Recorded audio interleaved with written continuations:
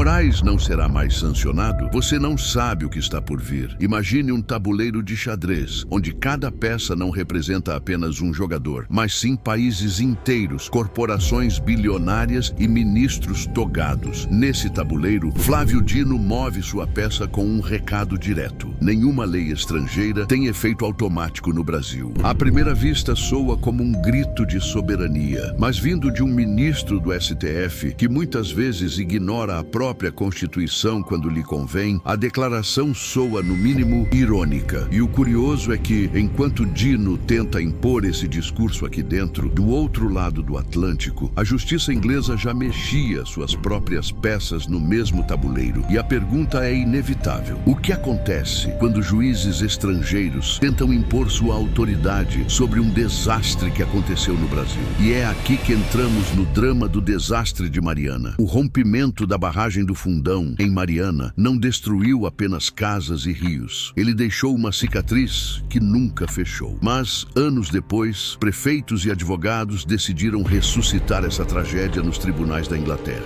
A promessa? Indenizações milionárias. O alvo? A Vale e a BHP Billiton, gigantes da mineração. O problema? O acidente aconteceu aqui, em solo brasileiro, mas quem quer decidir o preço da tragédia são juízes lá de fora. E aí surge o dilema: até onde a justiça inglesa pode ir? Será que o Brasil deve simplesmente abaixar a cabeça para decisões estrangeiras? Foi exatamente isso que acendeu o alerta vermelho em Brasília. Porque se aceitamos que tribunais de outros países mandem aqui, não é só Mariana que está em jogo, é a nossa soberania nacional. E quando esse princípio é colocado na mesa, a história deixa de ser sobre mineradoras e passa a ser sobre algo muito maior: o Brasil contra potências estrangeiras. Mas o que acontece quando essa potência não é a Inglaterra, e sim os Estados Unidos?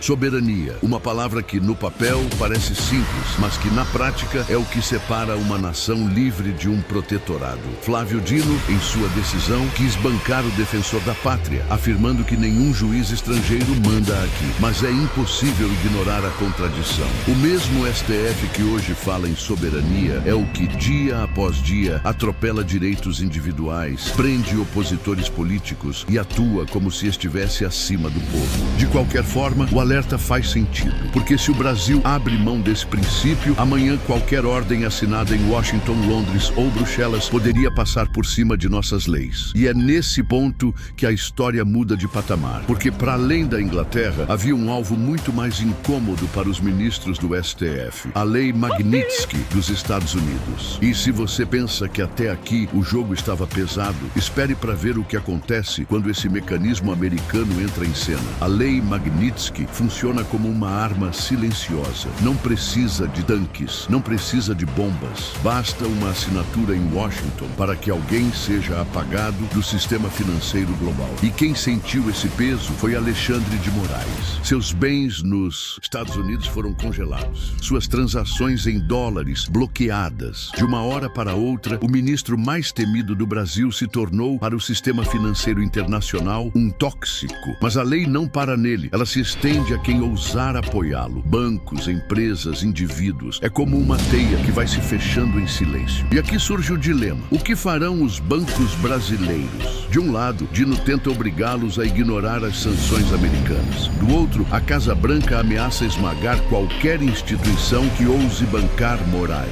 E se você pensa que os bancos têm uma saída fácil, está enganado. Porque qualquer passo em falso pode colocar em risco bilhões e bilhões em operações internacionais. E é nesse ponto que a corda começa a se esticar perigosamente. Imagine um equilibrista caminhando sobre uma corda bamba esticada entre dois arranha-céus. De um lado, o STF, do outro, a Casa Branca. Esse equilibrista se chama Sistema Bancário Brasileiro. Se os bancos obedecerem Dino, arriscam sofrer represálias internacionais e perder acesso a mercados vitais. Se obedecerem os Estados Unidos, podem ser acusados de trair a soberania nacional. E para piorar, gigantes como Visa e Mastercard estão diretamente sob a influência dos americanos. Ou seja, a pressão pode chegar até no simples ato de passar um cartão. O dilema é claro: obedecer a um ministro que age como dono do Brasil, ou encarar a fúria de uma potência que não está disposta a engolir desaforos. E aí a pergunta que ninguém quer fazer surge inevitável: como reagirá o governo governo americano a resistência de Dino. A resposta veio, e ela não foi nada suave. Foi então que os Estados Unidos falaram, sem rodeios, sem meias palavras. A Casa Branca rejeitou a decisão de Dino e avisou: quem apoiar Alexandre de Moraes também pode ser punido. Washington classificou Moraes como tóxico e deixou claro que bancos, empresas e até indivíduos que se aproximarem dele podem cair nas mesmas sanções. E aqui está a grande ironia. Enquanto Dino fala em soberania,